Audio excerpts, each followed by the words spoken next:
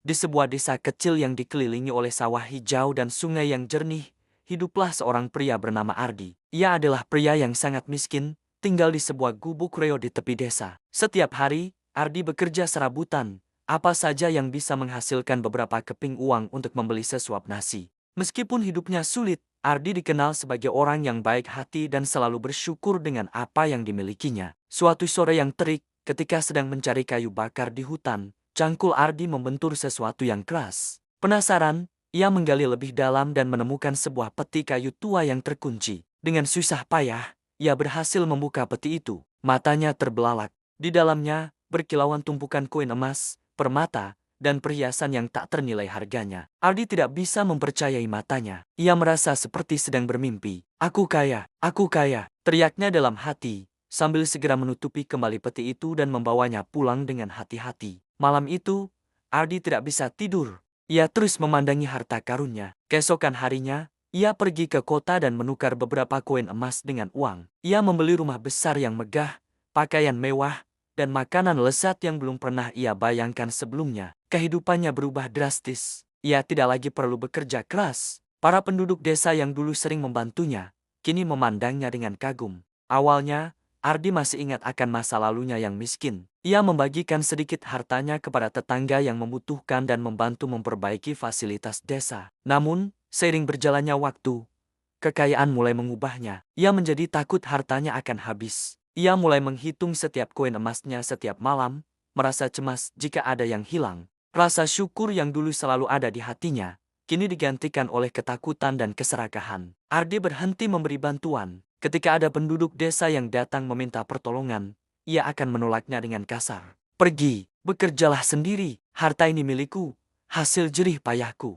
bentaknya. Lupa bahwa harta itu ia temukan secara kebetulan. Ia menjadi sombong dan angkuh, memandang rendah orang-orang miskin yang dulu menjadi temannya. Ia membangun pagar tinggi di sekeliling rumahnya, mengisolasi diri dari dunia luar. Satu-satunya temannya kini hanyalah tumpukan emas yang dingin dan bisu. Keserakahan Ardi semakin menjadi jati. Ia mendengar legenda tentang sebuah permata ajaib di puncak gunung tertinggi, yang konon bisa melipat gandakan kekayaan pemiliknya. Tanpa berpikir panjang, didorong oleh nafsu serakahnya, Ardi memutuskan untuk mencari permata itu. Ia menyewa para pemandu terbaik dan memulai perjalanan berbahaya mendaki gunung. Perjalanan itu sangat sulit dan memakan banyak biaya, tetapi Ardi tidak peduli. Bayangan kekayaan yang lebih besar telah membutakan mata hatinya. Setelah berminggu-minggu mendaki, ia akhirnya sampai di sebuah gua di puncak gunung. Di tengah gua, di atas sebuah altar batu, bersinarlah sebuah permata biru yang indah. Saat Ardi hendak mengambilnya, tiba-tiba muncul seorang kakek tua berjubah putih.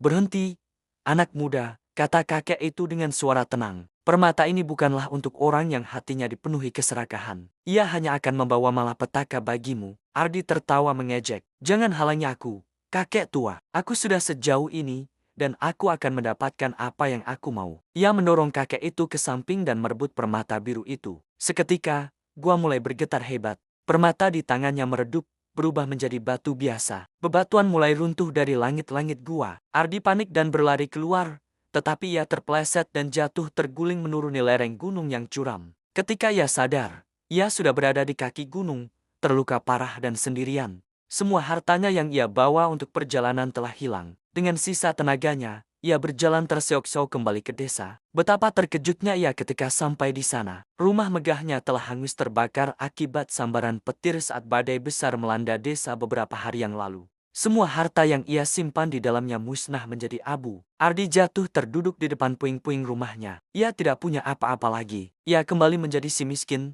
bahkan lebih miskin dari sebelumnya karena kini ia tidak punya teman dan dihindari oleh semua orang. Dalam keputusasaan-nya, ia menangis sejadi-jadinya, menyesali keserakahannya. Ia sadar bahwa harta terbesar yang pernah ia miliki bukanlah emas dan permata, melainkan hati yang bersyukur dan persahabatan yang tulus, yang semuanya telah ia sia-siakan. Pesan moral dari cerita ini adalah, keserakahan adalah sumber malapetaka. Kekayaan sejati bukanlah materi yang melimpah, melainkan hati yang selalu bersyukur, damai, dan kaya akan kebaikan. Jangan biarkan harta membutakan mata hati kita dan membuat kita kehilangan hal-hal yang jauh lebih berharga dalam hidup.